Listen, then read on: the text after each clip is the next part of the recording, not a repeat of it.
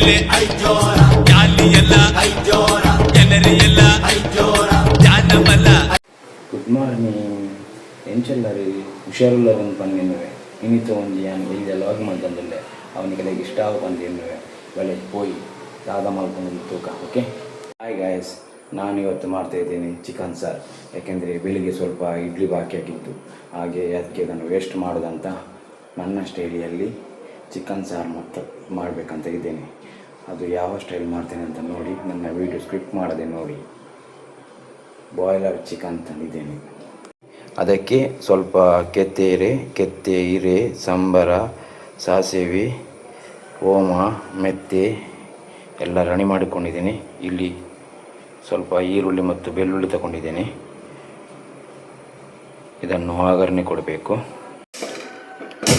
Gas ಇಟ್ಟೆ ಅದಕ್ಕೆ ಸ್ವಲ್ಪ ತೆಂಗಿನೆಣ್ಣೆ ಹಾಕಿ ಈರುಳ್ಳಿ ಮತ್ತು ಬೆಳ್ಳುಳ್ಳಿ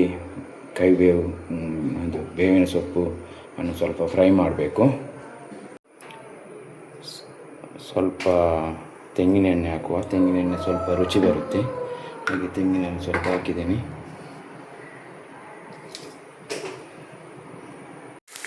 ಈರುಳ್ಳಿ ಮತ್ತು ಬೆಳ್ಳುಳ್ಳಿ ಹಾಕಿ ಸ್ವಲ್ಪ ಫ್ರೈ ಮಾಡಬೇಕು.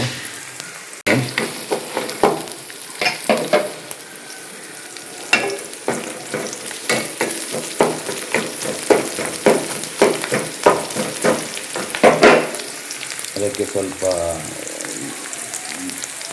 ಸೊಪ್ಪು ಹಾಕುವ, ಬೇವಿನ ಸೊಪ್ಪು ಹಾಕಿ ಅದನ್ನು ಕೂಡ ಫ್ರೈ ಮಾಡಬೇಕು.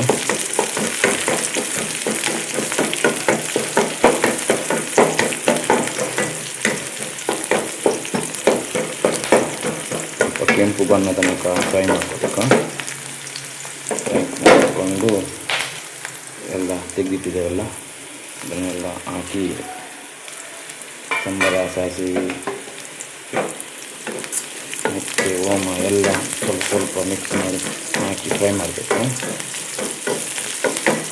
ಫ್ರೈ ಮಾಡಿಕೊಂಡು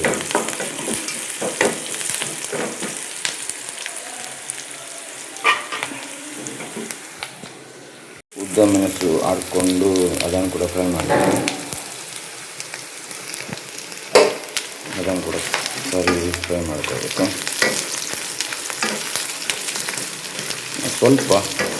ಸ್ವಲ್ಪ ಇಡ್ಲಿ ಮಾಡಿದ್ದು ಉಳಿದಿತ್ತು, ಅದಕ್ಕೋಸ್ಕರ ಸ್ವಲ್ಪ ಒಂದು 200 ರೂಪಾಯಿದು ಕೋಳಿ ತಂದೆ. ಇದನ್ನು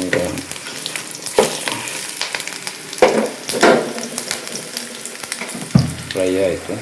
ಇನ್ನು ಸ್ವಲ್ಪ ತಣ್ಣಗಾಗಲಿ, ಆಮೇಲೆ ಮಿಕ್ಸಿಗಾಗಿ ಮಸಾಲ ರೆಡಿ ಮಾಡುವ. ತಣ್ಣಗಾದಮೇಲೆ ಒಂದು ಸ್ವಲ್ಪ ಎಲ್ಲ ಮಿಕ್ಸಿ ಜಾರಿಗೆ ಹಾಕಿ ಸ್ವಲ್ಪ ಅರಿಶಿನ ಹುಡಿ ಹಾಕ್ಕೋಬೇಕು. ಆಮೇಲೆ ಒಂದು ಚಿಕ್ಕ ಗಾತ್ರದಷ್ಟು ಹುಣಸೆ ಹಣ್ಣಿನ ತೆಗೆದು ಹಾಕಬೇಕು. ಹಾಕ್ಕೊಂಡು ಇದನ್ನು ಸಣ್ಣಾಗಿ ಜಾರಿನಲ್ಲಿ ಸಣ್ಣ ರೀತಿಯಲ್ಲಿ ಹಾಕಿ ಮಿಕ್ಸ್ ಮಾಡಿ ಸ್ವಲ್ಪ ಸಣ್ಣ ಗಾತ್ರದಷ್ಟು ಸ್ವಲ್ಪ ನೀರು ಹಾಕಿ ಮಿಕ್ಸ್ ಮಾಡಿಕೊಂಡು ಆಮೇಲೆ ಅದು ಆದಮೇಲೆ ಹೇಗೆ ಸಣ್ಣದಾಗಿದೆ ನೋಡಿಕೊಂಡು ಆದಷ್ಟು ಸಣ್ಣವಾಗಿ ಗ್ರೈಂಡ್ ಮಾಡ್ಕೋಬೇಕು.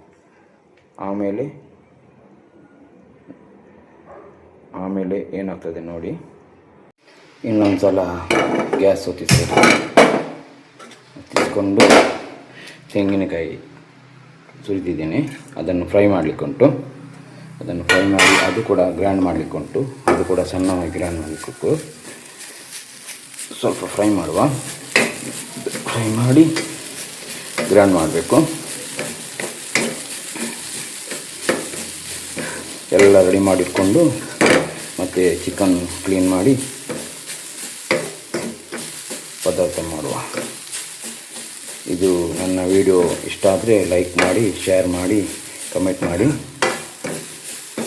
ಮತ್ತು ಸಬ್ಸ್ಕ್ರೈಬ್ ಮಾಡಿ, ಸಪೋರ್ಟ್ ಮಾಡಿ ಎಲ್ಲರೂ.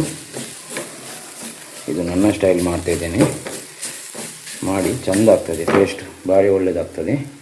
ಫ್ರೈ ಮಾಡ್ಕೊಳ್ಬೇಕು. ಆಮೇಲೆ ಮಿಕ್ಸಿ ಜಾರಿಗೆ ಹಾಕಿ ತುಂಬ ಸಣ್ಣವಾಗಿ ಗ್ರೈಂಡ್ ಮಾಡ್ಕೋಬೇಕು, ಒಳ್ಳೆಯದಾಗ್ತದೆ ಇಡ್ಲಿಗೆ. ಕೋರಿ ರೊಟ್ಟಿಗೆ ರೊಟ್ಟಿಗೆ ಹಾಕಿ ತಿನ್ನಲಿಕ್ಕೆ ಭಾರಿ ಒಳ್ಳೆಯದಾಗುತ್ತೆ. ಆದರೂ ನಾನು ಇಡ್ಲಿ ಇದ್ದೆ, ಅದಕ್ಕೆ ಇಡ್ಲಿಗೆ ಹಾಕಿ ತಿನ್ನುವ ಅಂತ. ಈಗ ರೆಡಿ ಮಾಡುವ ಎಲ್ಲ. ಚಿಕ್ಕದಾದ ಕುಕ್ಕರ್ ತೊಗೊಂಡಿದ್ದೇನೆ, ದೊಡ್ಡದು ಬೇಡ. ಅದಕ್ಕೆ ಒಂದು ಅರ್ಧ ಈರುಳ್ಳಿ ಮತ್ತು ಒಂದು ಟೊಮೆಟೊ ಇದನ್ನು ಫ್ರೈ ಮಾಡಬೇಕು. ಫ್ರೈ ಮಾಡುವ.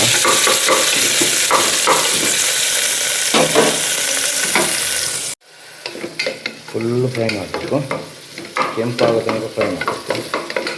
ಈರುಳ್ಳಿ ಜಾಸ್ತಿ ಹಾಕಿದರೆ ಸಿಹಿ ಆಗ್ತದೆ, ಅದಕ್ಕೆ ಸ್ವಲ್ಪ ಹಾಕಿದ್ದೇನೆ, ಯಾಕೆಂದರೆ ಪದಾರ್ಥಕ್ಕೆ ಹಾಕಿದೆಲ್ಲ. ಫುಲ್ಲು ಫ್ರೈ ಮಾಡಬೇಕು.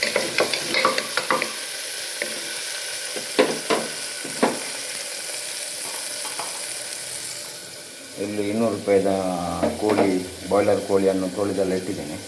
ಇದಕ್ಕೆ ಫ್ರೈ ಆದಮೇಲೆ ಅದಕ್ಕೆ ಹಾಕುವ. ಆಮೇಲೆ ಮಸಾಲ ಹಾಕಿ ಒಂದು 2-3 ವಿಸಿಲ್ ಬಿಟ್ಟು ತೆಗೆಯುವ. ಓಕೆ, ಹೇಗೆ ನೀವು ಕೂಡ ನಿಮ್ಮ ಮನೆಯಲ್ಲಿ ಮಾಡಿ ಹೇಗೆ ಅಂತ ನೋಡಿ ನನಗೆ ಕಮೆಂಟ್ ಮಾಡಿ. ನನ್ನ ಸ್ಟೈಲಿಯಲ್ಲಿ ನಾನು ಮಾಡ್ತಾ ಇದ್ದೇನೆ, ಅದೇ ಹೇಗೆ ಆಗ್ತದೆ ಅಂತ ನೋಡಿ. ಓಕೆ, ವಿಡಿಯೋ ಸ್ಕಿಪ್ ಮಾಡದೆ ನೋಡಿ, ಇನ್ನೂ ಸಹ ಉಂಟು. ಆದಮೇಲೆ ಕೋಳಿ ಎಲ್ಲ ಹಾಕಿ ಮಸಾಲ ಹಾಕಿ ಒಂದು 1-2 ವಿಸಿಲ್ ಬರುವ ತನಕ ಬಿಡಬೇಕು. ಉಪ್ಪೆಲ್ಲ ಹಾಕಿದ್ದೇನೆ, ಮತ್ತೆ ನೋಡ್ಕೊಂಡು ಹಾಕುವ.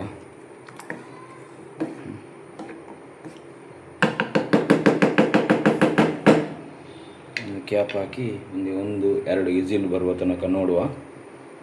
ಆಮೇಲೆ ಟೇಸ್ಟ್ ನೋಡಿ ಮತ್ತೆ ಬೇಕಾದಷ್ಟು ಉಪ್ಪನ್ನು ಹಾಕೋಬೇಕು. ನಾನು ಉಪ್ಪು ಹಾಕಿದ್ದೇನೆ, ನೀವು ಕೂಡ ಜಾಸ್ತಿ ಉಪ್ಪು ಹಾಕಬೇಡಿ. ಉಪ್ಪು ಕಮ್ಮಿ ಆದರೆ ಮತ್ತೆ ಹಾಕ್ಬೋದು, ಜಾಸ್ತಿ ಆದರೆ ಅದನ್ನು ಏನು ಮಾಡಲಿಕ್ಕೆ ಆಗೋದಿಲ್ಲ, ಆಗ್ತದೆ ಅದು ಒಳ್ಳೆಯದಾಗೋದಿಲ್ಲ. ಓಕೆ, ಇಡ್ಲಿ ಎಲ್ಲ ರೆಡಿಯಾಗಿದೆ, ಎಲ್ಲ ರೆಡಿ ಮಾಡಿಟ್ಟಿದ್ದೇನೆ. ಇನ್ನು ಅದು ತೆಗಿಬೇಕು. ಸ್ವಲ್ಪ ದೋಸೆಗಂತ ಮಾಡಿದ್ದೆ, ಅದರಲ್ಲಿ ಉಳಿದದ್ದನ್ನು ಇಡ್ಲಿ ಹಾಕಿ ಮಾಡಿಟ್ಟಿದ್ದೇನೆ. ಅದಕ್ಕೆ ಈಗ ವಿಸಿಲ್ ಹೊಡಿತಾ ಇದೆ ನೋಡಿ, ಫಾಸ್ಟ್ ವಿಸಿಲ್ ಹೊಡಿತಾ ಇದೆ.